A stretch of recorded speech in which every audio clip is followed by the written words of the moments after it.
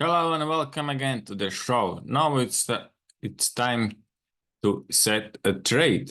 We would like to explain you one interesting trade I'm currently going to take, and that's on Forex market, not Bitcoin, not something into the small cap coins, but into the Forex market based largely on the macroeconomy and monetary policy. And this time it's Canadian dollar and GPY, or in other words, Japanese yen. Basically, the idea is to short Canadian dollar against the GPY. Why, I will explain you just shortly. It will be the swing trade. It won't be for an hour or two. It won't be for a day or two. It's more likely to be for a couple of months. And the idea is very simple. As you see on the chart, currently we are standing on very high positions. If we look to the overall condition, then we see that Canadian dollar is pretty high now against the Japanese yen. And that's probably almost the long-term, very long-term high, I suspect, where we are standing currently. We haven't been that high since 2007, 2008. And that's also the reason why I'm looking for the short positions on the Canadian dollar. The reason for the Canadian dollar and the idea came out that today is also interest rate decision for the Canadian dollar. It most likely the interest rate will stay the same as it was in the previous months. It will be still on the 5%, but next in the March and also in the May, it's much more likely that the interest rates will fall. Interest rate falling means also falling prices for the Canadian dollar, most likely, because that influences supply and demand. And that means that the falling interest rates means that supply is actually easing. And the demand stay the same, so therefore the price is dropping. And regards the Canadian yen, there is completely different monetary policy in Japan.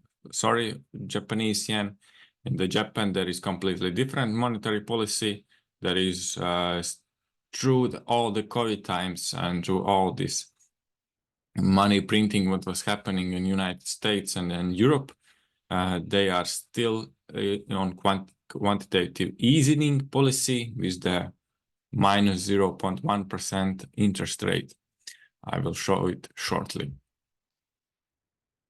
This is Japanese interest rate decision. It still stays at minus 0.1%. It was recently on 23rd of January, and it's still on the same level as it was a year ago or as it was 2 years ago.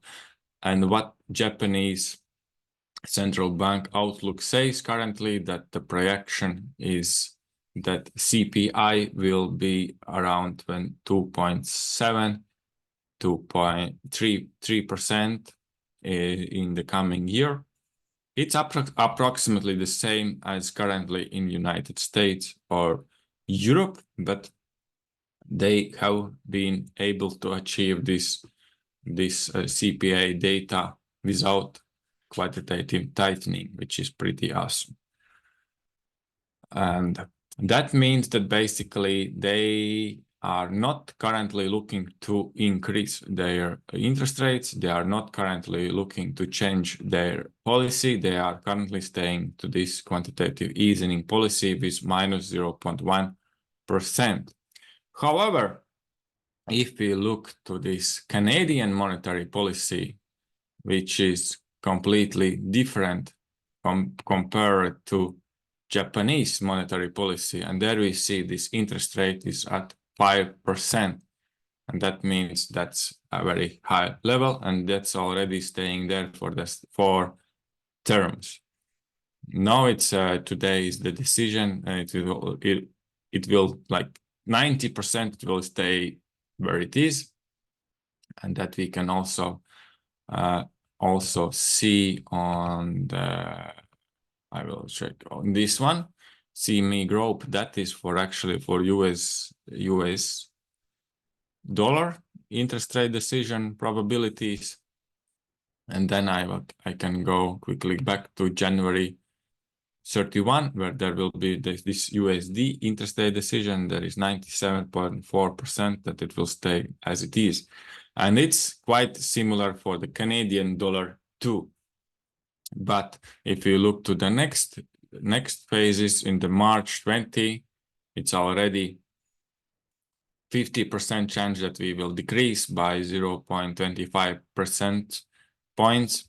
Then in the May, it's also already, I guess, around almost 90% that we will decrease something too. So, and that being said, I would say that this year will be quantitative easing starting for Canadian dollar, also for US dollar, and that will mean also decreasing value of the currency, of the local currency. And therefore, due to this completely different strategy for those central banks like Central Bank of Canada and also Central Bank of Japan, I would say that this shift on this cycle, when there is quantitative tightening, now it's shifting to quantitative easing, combined with what we see on the chart, that we are currently in quite long-term highs. It's a good decision to actually now shift on the short for the Canadian dollar against the Japanese yen. That's what I'm currently doing, and my expectation is basically to open the trade shortly. Also, it can be that you set a limit order in the region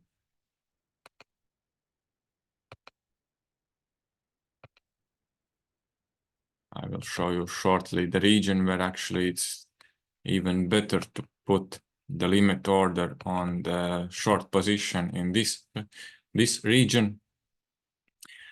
And also the price is currently marking 110 around that area, which is also quite a number, right? It's not like something in between. It's a round number, and round numbers is also the factor into the market. It used to influence the market as well. So, and that is all the combination I'm currently using for the analysis to actually short for the next couple of months US Canadian dollar against Japanese yen. Regards the US dollar, there will be also shorting opportunities coming up. But this time I just explained the idea about shorting Canadian dollar up against Japanese yen. Thank you for your attention and see you into the next video.